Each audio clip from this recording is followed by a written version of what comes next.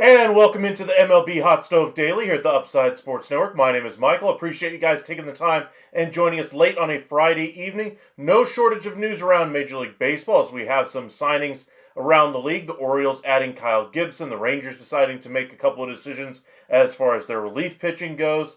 Other decisions being made across Major League Baseball, several to get into. So let's dig right in. The Baltimore Orioles add the big piece today, getting Kyle Gibson. He's going to probably slot in as their number 4 or 5 starter, I would imagine, at some point early this year. I don't think he'll immediately slide into that rotation, even though he has been throwing all offseason and ramping up during the spring training process. But he's a good signing for them. They needed some more depth after injuries have kind of plagued that rotation. And with Grayson Rodriguez going down most recently, they really need to get somebody in there who could eat some innings. And Gibson does do that. Also has experience playing for Baltimore as well. So kind of a natural fit there. A little bit high price for this late in free agency, but they're able to get the job done there. Now, does this solve their issues in their rotation? No. This is a short-term, plug the dam kind of a maneuver. The Orioles, to me, still need to add a number 1 to the top of this rotation. Kyle Gibson is not that pitcher. Now, the top free agent left on the board is still Lance Lynn. We'll see if he signs somewhere. The Cubs have been the most recent team to have been connected with him. Yankees have also reached out. I've heard a few other teams circling around him as well, including the Texas Rangers. However, after the signing of Patrick Corbin, I'm not sure if they're still in those waters. As for the Rangers, they decided to waive 2 veteran relievers, one who was just signed a couple of days ago, Hunter Strickland, who had been in a couple of games so far in spring training, only would get 4 outs in his 2 outings there, but gave up 3 runs. So I think just the writing on the wall was it wasn't really a good fit. Understandably, it's spring training, needs to kind of get acclimated, putting pressure on himself, all those kinds of things. But not a good start with his new team, and they didn't really have a long leash here. They already have a lot of guys on minor league deals that they're actually trying to give good looks to this spring training season. And with spring training almost over, I think they just want to go ahead and kind of clear out the riffraff, if you will. Jesse Chavez, in his 4th tour of duty with Texas, is the other reliever who was cut. And then 2 outfielders who've had nice spring training so far. Dustin Harris was optioned to AAA, and Alejandro Ozuna, anyway, who's been one of the best Rangers the entire spring, was optioned to AA. I would keep both of those names in mind as we go throughout the season to see who turns out to be the 4th or 5th outfielders on this Rangers team. Welcome in Rafe, Kent, Holly, Mark, Verlis, welcome in. Appreciate you guys joining us. Be sure to hit that like and subscribe. Follow us on X at Upside Ascendant, on Facebook, Upside Sports Network. Reach out to us on those social media platforms if you want to get in touch with us. Send us any chats. We'd love to hear from you. And be sure to hit that like and subscribe, especially here on this video. It goes a long way to helping us out. So hit that thumbs up if you don't mind. All righty. Kent, let's see here. Rafe, how you been, man? Doing pretty good, Rafe. Kent, curious who ends up with the Rangers' 4th or 5th outfielders. I think it's pretty clear right now that Ozuna is going to be starting in the minor leagues. There was some consideration that he might have played well enough to earn himself a spot on this roster, but I think the only way he would have been on the Major League roster if he was going to take away that center field spot there. That wasn't going to happen, obviously. I think they have enough competition between Pilar, Carter, and Tavares that Ozuna, even as good a spring training as he had, unless he was going to play every single day, there was no reason to have him on the big league roster. Now, as you get towards, August and September, September call-ups are a thing. Maybe he could be one of those guys. Maybe even earlier if he knocks the cover off the ball down there in AA. But as far as who ends up as the 4th or 5th outfielders, my guess right now is that the Rangers hold on to Evan Carter at the big league level. I think they're going to hold on to Kevin Pilar. Now, Leody Taveras, the question is, do they get enough in trade before they get to opening day for him to be traded, or do they go ahead and carry all 3 of those guys on the big league roster? If they were to do that, one guy who I think is absolutely on the chopping block right now, and that's Ezekiel Duran, has not acquitted himself well the last 2 years, year and change now, after the spring training with this managerial staff. And while he had a great 2023, he just has not been able to replicate those results.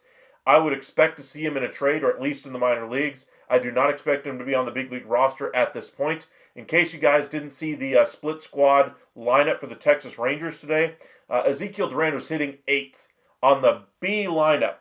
Tells you how good that bat has been as of late. He just needs to get more confident in it. And I thought the news that we're getting out of the offseason that winter ball was working for him, the bat looked back, the confidence looked back, and so far it just hasn't translated in spring training. Hopefully he can get that confidence at the big league level once again. But right now, the Rangers are in win now mode. They don't have time to be carrying somebody who's struggling with their confidence that they need to get some production out of when they do put him in the lineup. And they have plenty of options that they can turn to, including Jonathan Ornelas. Josh Smith is already on the roster. They already have Justin Foscue, a couple of guys in the minor leagues that they signed to deals already this offseason. Swaggerty and Nick Ahmed as well. Do I think they'll make the opening day roster? Probably not. Josh Smith, I think, is a guarantee. Foscue and Ornelas are the two guys I would keep an eye on as well. Let's see here, Mark. I think that Patrick Murphy, is that his name makes the Rangers bullpen as well as Armstrong. They need at least two multi-inning guys. That's kind of my thought process as well as far as the multi-inning reliever. I think that's part of the reason why they didn't really go much further here with Jesse Chavez or with Hunter Strickland. I do think they'll have plenty of multi-inning option guys to choose from. Not necessarily that they need to hold on to Armstrong for that reason or that they need to hold on to Murphy for that reason. I think Hauser has the inside track to be on this roster at this point. Dunning has not been very good this spring, but he's going to be an inside track as well. But as far as Patrick Murphy, who's had a great spring, I'm not sure he's going to be able to beat out Hauser for that final spot. Now, as far as the bullpen makeup itself, they're going to need those multi-inning guys, yes, but I still think there's a spot in that bullpen for some young talent to come in here. I wonder if they're going to allow those guys to start at AAA and just see if they can build up and maybe even go for a couple of innings, looking at Mark Church, looking at Teodo, players like that. But we'll have to see how they utilize those guys in the first couple of weeks of the season. All right, Rafe, I ain't been able to watch since before Rangers signed Corbin. Can you give me a quick recap rundown on what he actually brings? Innings, and more innings. You wouldn't exactly expect great results. I saw some people comparing this to the Bartolos Colon signing, the Jordan Lyles signing, and it has a lot of that. You're talking about a 5+ ERA guy, usually, at best, of what you can expect from him. But here's the other thing. Yes, he gave the Washington Nationals all kinds of innings, and that's what the Rangers are going to be asking out of him early in the season. If he doesn't have it, though, the Rangers have the luxury of those multi-inning guys that we just talked about to come in and stop the bleeding before it gets out of hand. Now, Patrick Corbin, anyway, is a very good innings-eating pitcher. He's not necessarily as high quality as he once was, or several years now since he's been that. But Corbin, the one thing he does give you is availability. And I mean, it's one of the rarest in availability. Over the last 10, 11 years, he's made 31 starts and pitched 175 innings in every single one of those seasons. Even in the shortened season with COVID, he still made 11 starts. He's the model of availability and consistency as far as making sure he goes to post every single time. Now, are those results necessarily as good as you want them to be? No, and that's kind of where I think the Rangers will be very limiting with how much they utilize him. He will probably start the season on the injured list to try to ramp up his innings. Then say probably around the second or third week of April, he's on the big league or in that big league clubhouse as that number 5 starter. And then they probably move Hauser down or however they decide to build this thing out. But it looks like Jack Leiter and Kumar Rocker also have a legitimate case to be on this big league roster. All right, appreciate you guys joining us. Let me go ahead and pull up our screen here. The one thing I wanted to get into was some of the free agents that we're going to see coming up in this coming offseason. A lot of big decisions were made this offseason with keeping in mind Vladimir Guerrero Jr.'s free agency. After we saw Juan Soto sign, nobody really measured up to the caliber of Vladimir Guerrero Jr. So let me go ahead and pull that up just so you guys can kind of see what we're talking about here. So this is our 2025-2026 free agent list.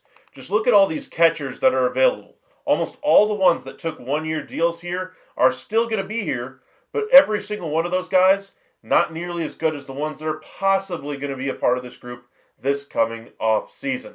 JT Realmuto is one of the best of this group. Trevino, you notice on here, he just signed an extension. Scratch his name off the list. Danny Jansen, who has just signed that one-year deal, is back in this free agency class more than likely. Salvador Perez with the club option, that will be picked up if he still wants to play ball. But overall, JT Realmuto really raises the ceiling here of that group there. But let's look at first base. This is where things get really interesting. You got Luis Arraez. You got Pete Alonso, who could opt out of his deal. Yandy Diaz, he just signed that extension. He ain't going to be a part of this class. Paul Goldschmidt, going to be a free agent once again. Joey Gallo is going to pitching. Scratch him off of this list. But again, Vladimir Guerrero Jr. is the cake, is everything right here. 27 years old when he hits free agency. He's going to do a fantastic, he's going to get a fantastic contract. Now, as far as how much, we're probably talking in the neighborhood of $400 to $500 million. He's looking for $500 million in present day value.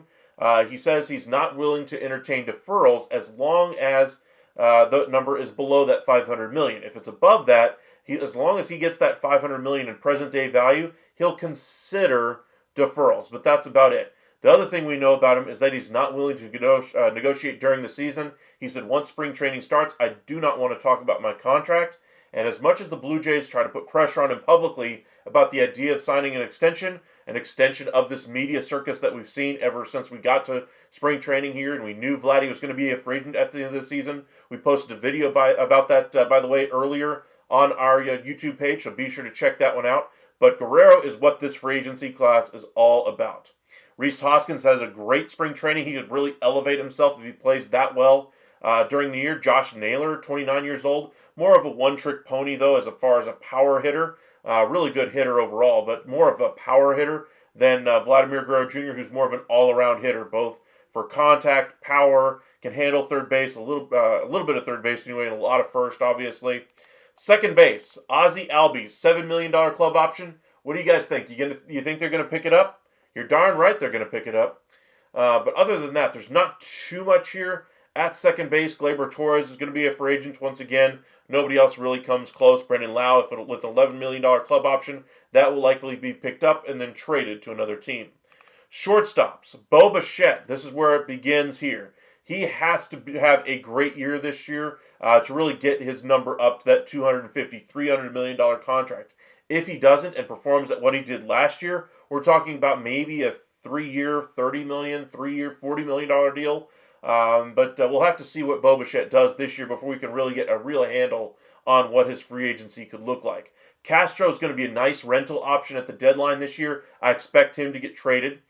Trevor Story, could he opt out of that 2 years, $55 million with the Red Sox? Sure, if he has a truly fantastic year. Do I doubt it? Absolutely. I mean, this is a player that has not lived up to the deal as of yet, and I don't think he's going to be looking for shortcuts out of that deal just so that he could lose money.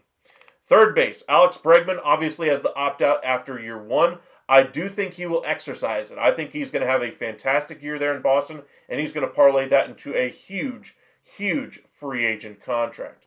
Max Muncy is a free agent at the end of the year if the club decides to decline his $10 million option. Not too many other options that come to mind here. Hernandez, Gio Urshela, Donovan Solano, Luis Rengifo. Nobody really there that's moving the needle for me. Left fielders. Speaking of Mark Canha here, he was just traded to the Royals today in exchange for a player to be named later. Remember, he was a part of the Brewers team this year, or Brewers spring training group this year on a minor league deal. Other left fielders, pretty much everybody who signed deals this offseason. Tyler O'Neill could opt out. Pham, Conforto. Chris Taylor, of course, has a $12 million club option. I guarantee that will be dropped as quickly as they could possibly get it done. Center field. Not too much here. Cedric Mullins, 31 years old. Luis Robert has a $20 million club option. That will probably be picked up if I had to guess. But Mullins probably the best piece there. Not too much ability there in center. In right, Cody Bellinger has a $25 million club option. If he player option anyway. If he decides to opt out of this deal, that means everything worked out swimmingly for the Yankees. Got to hope for that, honestly, if you're a Yankee fan. And then that would actually free up more money for you to go into free agency and try to lure Vladimir Guerrero Jr. or bring back Cody Bellinger. A bunch of options that money basically frees up for you. All right, the rest of the options here in right. Max Kepler will be a free agent at the end of the year again. Kyle Tucker, of course, he'll be a huge free agent this upcoming offseason. He and Vladdy, probably 1 and 2, the best free agent positional players. DHs, Mitch Garver, $12 million club mutual option. That will, of course, be declined by one of the two parties. Jock Peterson, I think, could actually opt into his deal, but we shall see. And then, of course, Kyle Schwarber. Starting pitchers. This is where things get a little bit more interesting for me. This is where you have names like Dylan Cease, Framber Valdez. Talking about, let's see who else kind of jumps out here. Walker Buehler enters free agency once again. Bassett becomes a free agent once again. Zach Gallen, an ace, could be available for you. John Gray, depending on how he comes back in the second half, could be available for you. Shota Imanaga, if he has some, if the Cubs decide to decline that option, which I don't think they will, but if they do, he could be a part of this group here. Merrill Kelly, Clayton Kershaw, who was available already this year, looks like he's going to finish his career as a member of the Dodgers. Not too big of a mystery as to where he's going to end up. But every year it's a mystery as to whether or not he decides to come back. Michael King will be a free agent next year as well. Molly, if he has a great year, reestablishing himself as a number 2 in somebody's rotation, he could be a name to watch as well. Charlie Morton in his final year with the Orioles, I doubt it. Scherzer could be his final season. Soroka, who signed with the Nationals this year, I think if he has a great year with the Nationals as a starter, he could get a nice multi-year deal in free agency next offseason. Sugano going to be a free agent after the year. Remember, he signed that 1-year, $13 million deal with the Orioles. We talked a little bit about Framber Valdez, and then Justin Verlander as well. I expect him to retire at the end of the year. Relievers. Just kind of seeing if anybody jumps out at us here. Edwin Diaz, an $18.5 million player option. He probably goes ahead and opts into that deal. Fairbanks club option will probably be picked up. Let's see here. They're calling him a reliever for Andrew Heaney. I don't think so. He's a starting pitcher. Kenley Jansen will be a free agent once again. Leclerc a free agent once again. Andres Munoz, a $6 million club option. You betcha they're going to pick that one up. He's been great. Ryan Presley will be a free agent. He could be a nice get for somebody out there. Kirby Yates will be a free agent once again. And then, of course, Devin Williams from the Yankees, Luke Weaver as well. Lefty relievers, Jose Alvarado, $9 million club option. That probably gets picked up if I would have to guess. Aroldis Chapman, we'll see how good of a year he has this year. A.J. Minter has been one of the 10 best relievers the last 2 years based on the numbers. Could opt out of his deal with the Mets. I doubt he will. I think he'll stay for one more season. Let's see here. Strom, club option. Probably gets picked up after how last year went for him.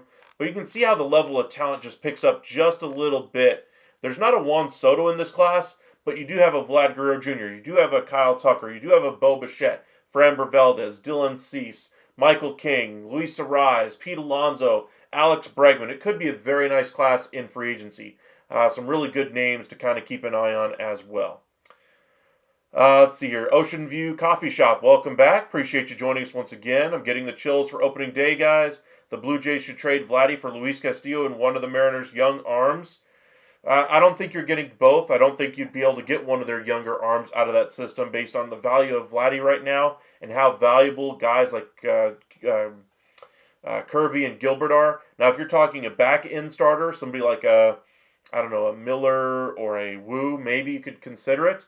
But the Blue Jays would have to be the team that adds there, not the Mariners. All right. So, opening day is not too far away. We do see a couple of signings being done today. Kyle Gibson gets done with the Orioles. The Rangers trimmed up their roster a little bit. Saw a few other moves being made today. The Diamondbacks decided to get an extension done with Justin Martinez. Could be a great extension for them. 5 years, $18 million, I do believe, is what the numbers ultimately were. Braves decided to go ahead and indeed call up their young catching prospect in Drake Baldwin. Good on them. Also, they brought up Hector Neris and Elio De Los Santos after clearing off some roster room as well. Kenta Maeda is going to be starting the season in Detroit's bullpen this year. I think he's a very good multi-inning reliever for them. He could be a nice piece to be traded at the deadline if they are out of contention. The Nationals decided to go ahead and option one of their offseason signings, Shinosuke Agasawara. Ultimately didn't do enough early this early in spring training here to warrant a opening day roster spot there. I do think he'll be up at the big league level relatively shortly. I just wonder if there's one, worries about performance, two, worries about the availability of him, the pitch schedule, all those kinds of things. Just kind of some interesting things to kind of keep an eye on. We mentioned the Royals did acquire Mark Canha from the Brewers today for, I believe, a player to be named later or cash considerations. They need offense, and Mark Canha, while he's not necessarily a prolific offensive piece, does raise the floor anyway for the Royals there. Alrighty. Let's see, just seeing if there's any other news before we kind of wrap up here shortly. Let's head over to X and just see if anything else is happening right now. This coming from Jeff Wilson earlier anyway. Manager Bruce Bochy said the Rangers have only one or two more decisions to make on the opening day roster, but they won't be made by the end of spring training Saturday. This tells me the Rangers do have their eyes open for some trades at the back end of their roster. Guys like Ezekiel Duran, Leody Tavares, players at the back end of their bullpen could be names to be on the lookout for as far as trade pieces. Look for the Rangers to look for guys who can eat some innings as far as pitchers, whether they be starters or relievers, and then look for them to get somebody to solve the left-handed hitting or solve the left-handed pitcher for their center field spot. They really need to get a little bit more production out of that spot. They've tried Carter and Tavares to be able to handle that. Hasn't been a success story as of yet. Same goes for Pilar, but we'll have to see which direction they choose to go. I think the Rangers are going to try to carry 4, maybe 5 outfielders here if they decide to hold on to both of Carter and Leody at the big league level and still hold on to Pilar as well. So kind of an interesting spot or interesting situation to keep an eye on there in Texas. We'll have to see how they shake out their bullpen as well based off of the closer possibly being Chris Martin. You have your A bullpen. That's your guys that when you're winning, you bring those guys in the 6th, 7th, 8th, and then, of course, your closer. And then you have your B bullpen. Those are the mop-up days where you're losing 15-5, and it's only the 4th inning, and you need somebody to go out there and just eat those innings. That would be a spot where I would imagine a guy like Hauser goes, a guy like Patrick Corbin goes, somebody along those lines just to get you through those innings without burning your A pieces in that bullpen there as well. All right, let's see if we missed anything else anyway. Condolences to George Foreman. He did pass away a little bit before we came on the air anyway. One of the better boxers we've ever seen, and of course the George Foreman grill, what he's known for there. Head over to notifications real quick.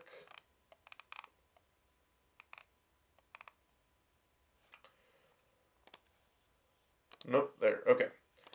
So one bit of programming news. With the changes that we're having coming for you guys in 2025, as far as how we're going to cover the game, how we're going to try to do game each week, something along those lines, we're going to shake up things as far as our schedule just a little bit. I knew I was going to have to do this at some point just to kind of make the schedule work for you guys, but we're still going to be doing MLB Hot Stove Daily. That's not going away.